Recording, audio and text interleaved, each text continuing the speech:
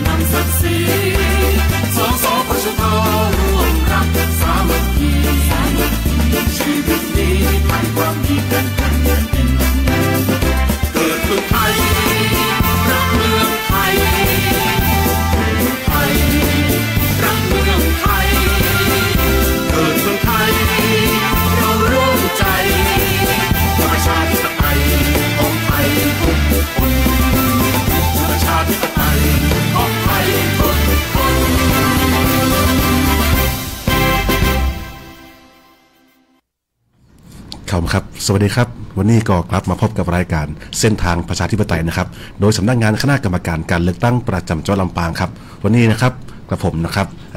นายสุภการอาการเรือนแล้วก็หัวหน้าเจนจิราอลินเชื่อวัดเจ้าครับหัวหน้ากลุ่มงานอำนวยการนะครับเนาะก็ได้รับมอบหมายนะครับจากท่านผู้อำนวยการนะครับท่านผอ.ทองเนตรดูใจนะครับผู้อำนวยการสำนักงานคณะกรรมการการเลือกตั้งประจำจังหวัดลำปางครับคือมารับหน้าที่ในการดำเนินรายการในวันนี้นะครับเนาะก็เช่นเคยนะครับรายการเส้นทางประชาธิปไตยก็จะนำข่าวสารความรู้สาระดีๆนะครับที่เกี่ยวข้องกับการเลือกตั้งแล้วก็เกี่ยวข้องกับสำนักงานกกต.ของเฮานะครับถึงส่วนกลางจากกรุงเทพมีข่าวสารใหม่ๆแล้วก็รวมถึงข่าวสารของกกต.ลำปางเฮานะครับมีความเคลื่อนไหวอย่างไรบ้างนะครับก็จะนำมาแจ้งมาเผยแพร่ให้ทราบในวันนี้นะครับเบื้องต้นเลยนะครับวันนี้ครับตามหัวหน้าจะมีบทข้อไว้ในภาษาใหม่นี่เพราะว่าไทม์ไลน์เนาะครับคร่าวๆร่างนะครับของกำหนดการของการเลือกตั้งที่ใกล้ถึงเขาครั้งนี้ก็คืออบต.นะครับซึ่งตอนนี้ใกล้ครบวาระเต็มทีแล้วนะครับครบวาระก็ต้องเลือกตั้งใหม่ที่ผ่านมาเขามีตั้งแต่สส.นะครับอบจ.เทศบาลและครั้งนี้ก็จะเป็นอบต.นะครับกำหนดการคร่าวๆหรือไทม์ไลน์เป็นยังไงครับผมนะครับเชิญครับผมครับเจ้าอย่างที่เราฮู้กันนะเจ้าว่าแห่มประเมินนะเจ้าวันที่27พฤศจิกาที่จะถึงเนี่ยนะเจ้าก็จะเป็นวันครบวาระการดำรงตำแหน่งของอบต.ทั่วประเทศนะเจ้าเพราะฉะนั้นเนี่ยทางสำนักงานกกต.เปิ้นก็เลยได้ออกแผนการเลือกตั้งมานะเจ้าเดี๋ยวเราจะมาบอกเล่ากันเนาะคร่าวๆนะเจ้าเราจะครบวาระในวันที่27พฤศจิกาที่จะถึงนี้นะเจ้าแล้วก็ทางผอกกต.ท้องถิ่นแต่ละแห่งนะเจ้าก็จะประกาศให้มีการเลือกตั้งนะเจ้าในวันที่29พฤศจิกายนนี้นะเจ้าหลังจากที่ประกาศให้มีการเลือกตั้งแล้วเนี่ยก็จะมีการรับสมัครนะเจ้าผู้ที่คาดว่าจะสมัครนะเจ้าจะต้องเตรียมเอกสารต่างๆนะเจ้าตามที่กกต.กำหนดนะเจ้าโดยที่จะกำหนดวันรับสมัคร5วันนะเจ้าในวันที่1ถึงวันที่5ธันวาคม2568นี้นะเจ้าใครที่คาดว่าจะสมัครในตำแหน่งไหนนะเจ้าบอกว่าจะเป็นสมาชิกหรือว่านายกนะเจ้าเตรียมหลักฐานให้พร้อมนะเจ้าแล้วไปยื่นสมัคร ณที่ทำการอบตแต่ละแห่งนะเจ้าและหลังจากนั้นเนี่ยเจ้าเมื่อมีการรับสมัครแล้วเนี่ยนะเจ้าทางกกต.ท้องถิ่นนะเจ้าก็จะประกาศบัญชีรายชื่อผู้สมัครนะเจ้าประกาศบัญชีรายชื่อผู้สมัครและถ้าเกิดว่าท่านไหนที่บ่ได้รับการประกาศบ่รับสมัครนะเจ้าท่านก็มีสิทธิ์ยื่นคำร้องต่อกกต.นะเจ้าภายใน3วันนับแต่วันที่ประกาศนะเจ้าอย่างเฮาประกาศวันที่12เฮาก็จะสามารถยื่นได้แห่ม3วันนะเจ้านับตั้งแต่วันที่13เนาะ13 14 15นะเจ้าขออย่าแทรกของหน้าน้อยนะครับเนาะกับเบื้องต้นนะครับยังที่ช่วงเวลารับสมัครนะครับผู้สมัครนะครับก็เป็นแจ้งคำว่าอะไรดีมีหน้าที่นะครับที่ท่านจะต้องรู้ตัวเองนะครับว่าท่านมีคุณสมบัติในการสมัครหรือไม่นะครับเนาะเพราะถ้าเกิดว่าท่านเป็นห้องว่าเป็นห้องว่ามีลักษณะต้องห้ามเนี่ยแล้วมาสมัครเนี่ยมีความผิดได้นะครับรบกวนท่านก็อาจจะตรวจสอบเพราะว่าความรู้นี่ก็เสิร์ชหาได้ในอินเทอร์เน็ตว่ามีเรียกว่าลักษณะต้องห้ามอย่างใดมีอยู่ในพรบหรือตามท้องถิ่นสามารถเปิดดูได้พี่นะตัวเก่าหุ้นรอบคอบนะครับว่ามีสิทธิสมัครกอไงนะครับน้องแล้วก็จะเป็นอย่างตีหัวหน้าว่าถ้าเกิดว่าสมัครไปแล้วปุ๊บแล้วก็ตั้งเจ้าหน้าที่เปิ่นอีกดีกว่าเนาะเปิ่นมาแจ้งว่าเขามีสิทธิสมัครนะท่านก็อุทธรณ์ได้3วันในดีวากีนะครับเนาะเจ้าแล้วก็กำหนดไว้เนาะเจ้าว่าเราจะเลือกตั้งกันในวันอาทิตย์ที่11มกราคม2569นะเจ้าอันนี้จะเป็นวันเลือกตั้งนะเจ้าสำหรับตัวผู้มีสิทธิ์เลือกตั้งนะเจ้าเฮาควรจะทำมาอย่างพ่องเตรียมตัวอย่างพ่องนะเจ้าเดี๋ยวเรามาดูกันนะเจ้าเฮาจะประกาศบัญชีรายชื่อผู้มีสิทธิ์เลือกตั้งนะเจ้าในวันที่16ธันวาคม2568นะเจ้าซึ่งเฮาจะต้องประกาศก่อนวันเลือกตั้งมาน้อยกว่า25วันเจ้าอันนี้นะเจ้าผู้มีสิทธิ์เลือกตั้งนะทุกคนนะเจ้าจะต้องไปตรวจสอบรายชื่อตัวเองนะเจ้าในที่ว่าการอำเภอหรือว่าที่หน่วยเลือกตั้งหรือว่าที่สถานที่ทำการของอบต.ทุกแห่งหรือว่าท่านจะรอ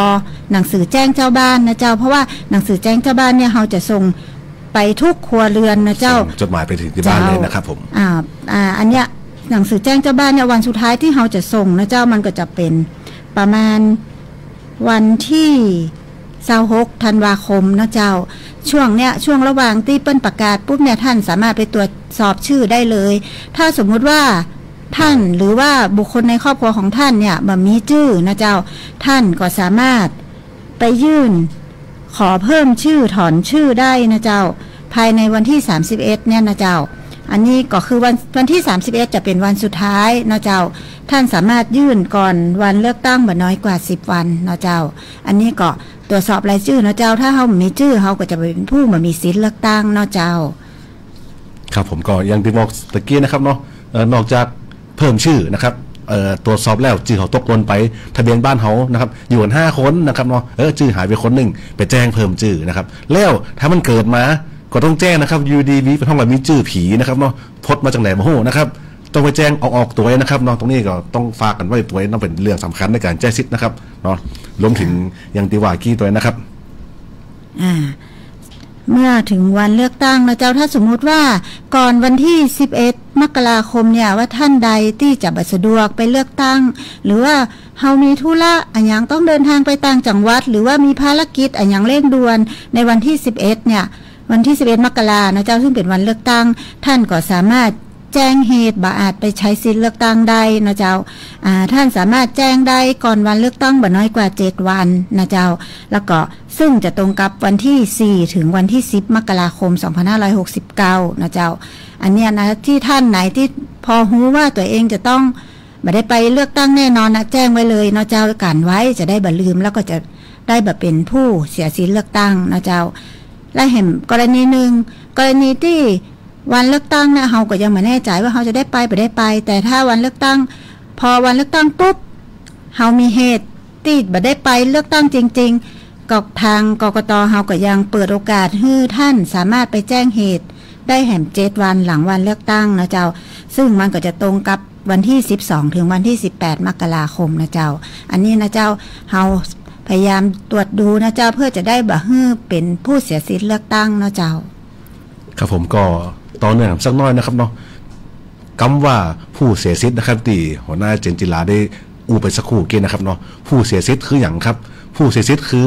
วันเลือกตั้งนะครับเฮาได้ไปเลือกตั้งแถมมาป้อนะครับเปิดให้โอกาสง่ายหน้า7หลัง7ในการแจ้งเหตุแล้วก่อมได้ไปแจ้งนะครับถือว่าง่ายคือได้ไปแจ้งสิทธิ์เลยแล้วก็ได้แจ้งเหตุเลยจะกลายเป็นผู้เสียสิทธิ์นี่คือเสียสิทธิ์อย่างพ่องนะครับเสียสิทธิ์คือ1เลยนะครับเสียสิทธิ์ในการ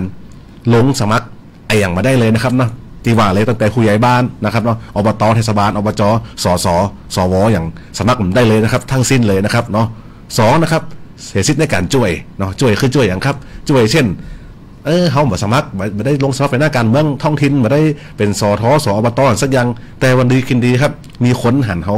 มีความสามารถการมีความรู้กันมาจวนเขาให้เป็นทีมรองนายกที่ปรึกษาคณะทำงานอย่างแล้วแต่บ่สามารถไปดำรงตำแหน่งนี้ตีไหนท้องถิ่นใดๆได้เลยสักตีนะครับเนาะเทศสสระดับชาติก็มาได้สักแห่งเลยนะครับเนาะสุดท้ายครับที่จะเสียคืออย่างที่เขาเคยเห็นนะครับเป็นมีการท่องว่าลงชื่อนะครับเนาะลงชื่อแก้ธรรมนูญก็ลงชื่อทอถอนไผก็ลงชื่อในการจะลงมติไม่อย่างก็แล้วแต่ที่มันต้องใจการลงชื่อล่ารายชื่อที่เขาเคยว่ากันเนาะล่ารายชื่อหมื่นชื่อพันชื่ออย่างก็แล้วแต่ชื่อเขานะครับจำมีความหมายตรงนี้แหมนะครับโดนแบน2 ปีเต็มๆนะครับถึง3อย่างที่ว่ามานี้นะครับเนาะ2 ปีเต็มๆนะครับแต่ยังตีหัวหน้าได้กล่าวไปสักครู่นะครับแต่ว่าเมื่อวันเลือกตั้งเขาหู้ตัวละจะหู้ลงหน้าหรือบังเอิญวันเลือกตั้งมีอุบัติเหตุฉุกเฉินมาได้ไป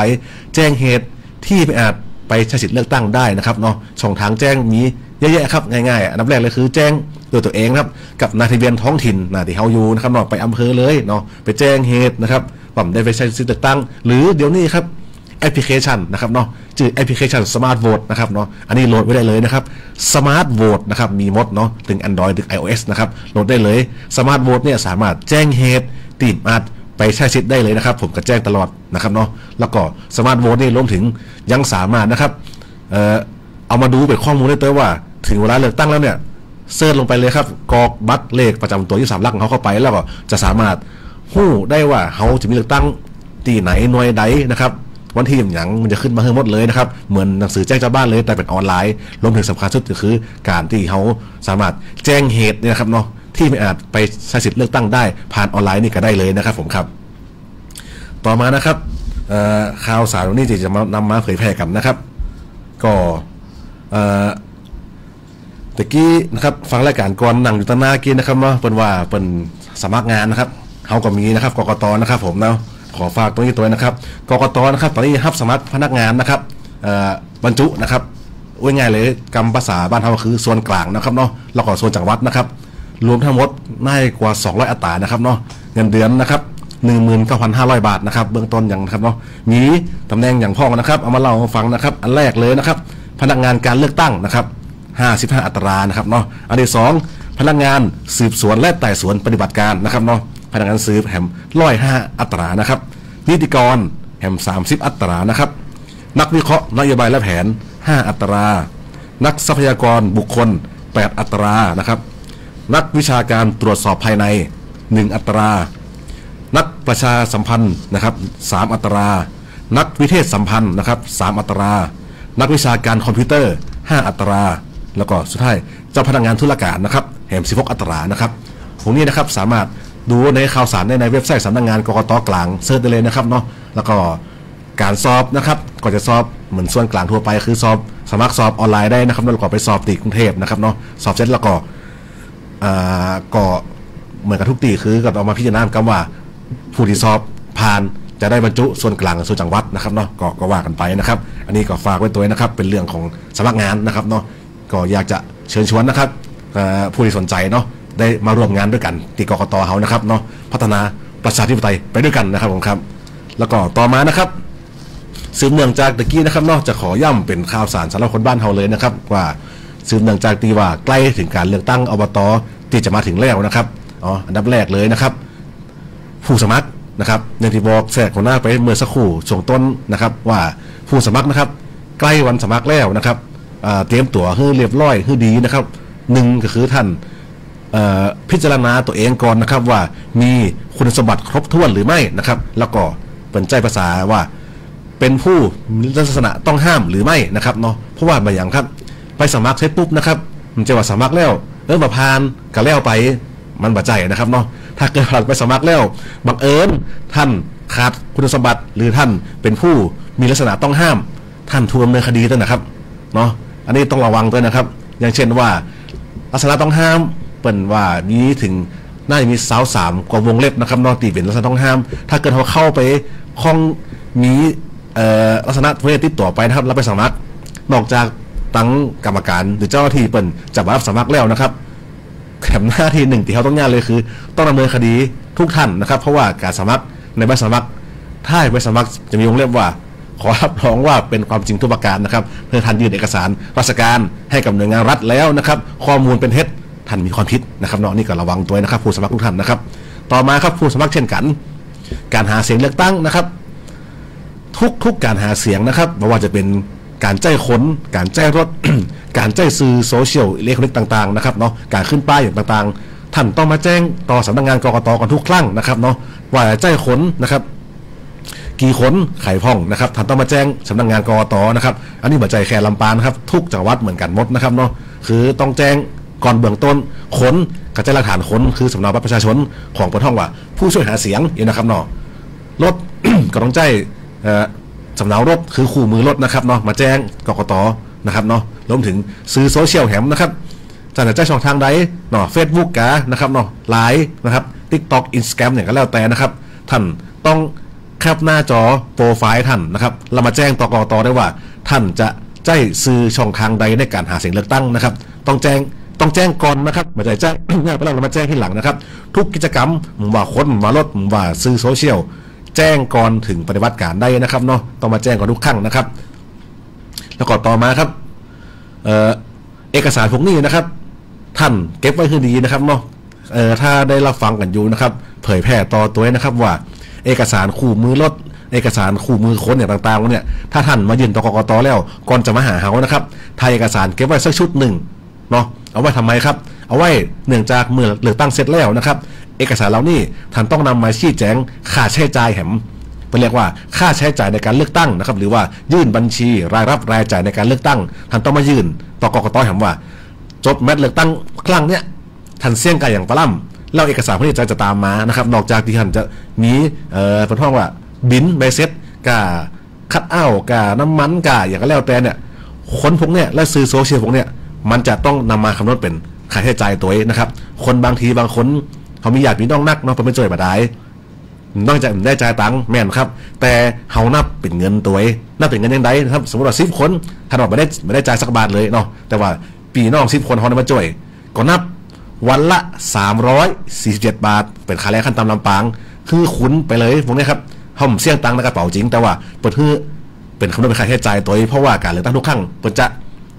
กำหนดค่าใช้จ่ายไว้บ่คือเกินนะครับเพื่อความเสมอภาคของทุกคนนะครับเนาะว่าเลือกตั้งครั้งเนี่ยอบต.เนี่ยนายกห้ามหาเสียงเกินกี่บาทสมาชิกห้ามหาเสียงเกินกี่บาทมีอยู่นะครับใน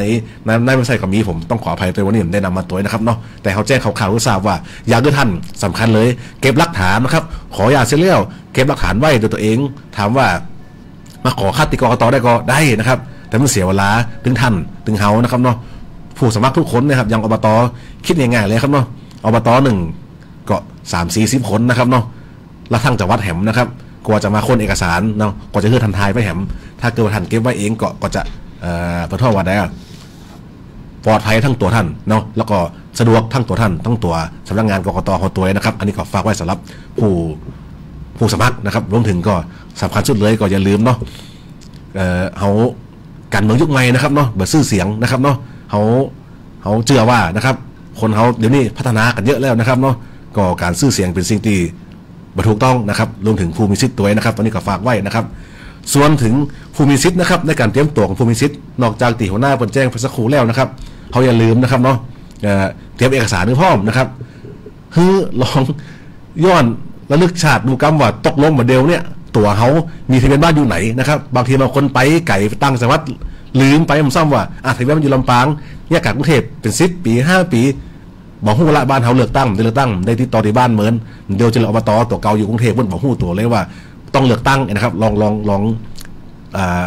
ห้องลองโทรศัพท์ไปใจไปพอ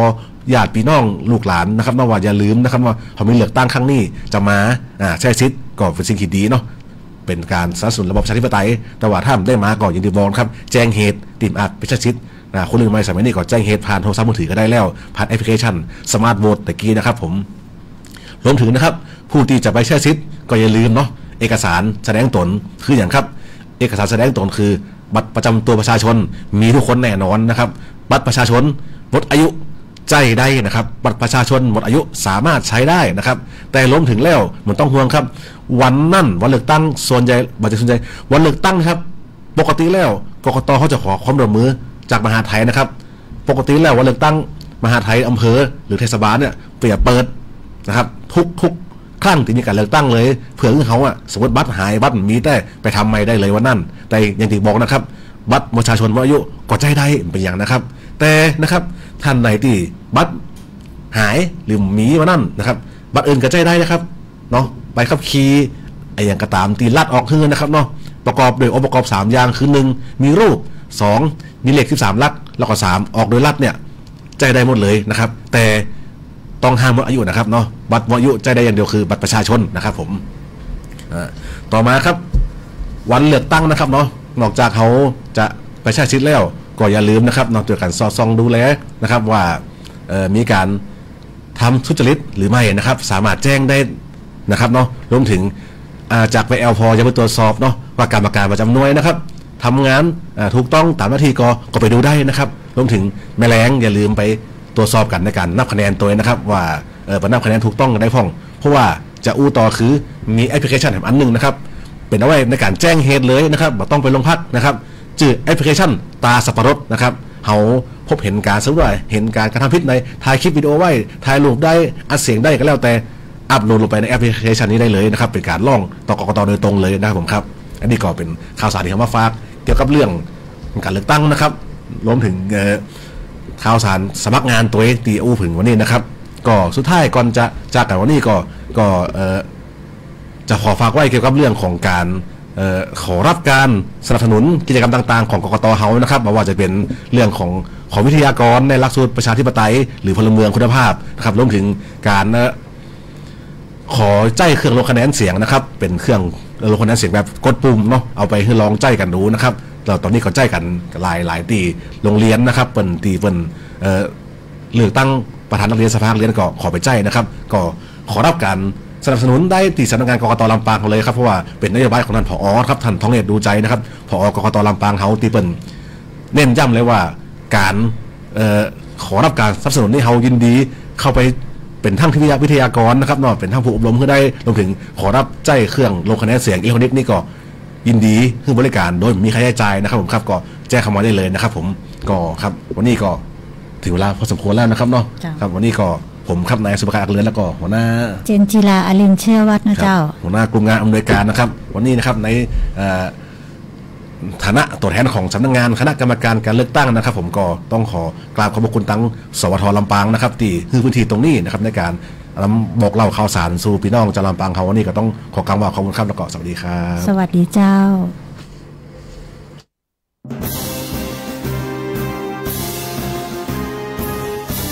รายการเส้นทางประชาธิปไตย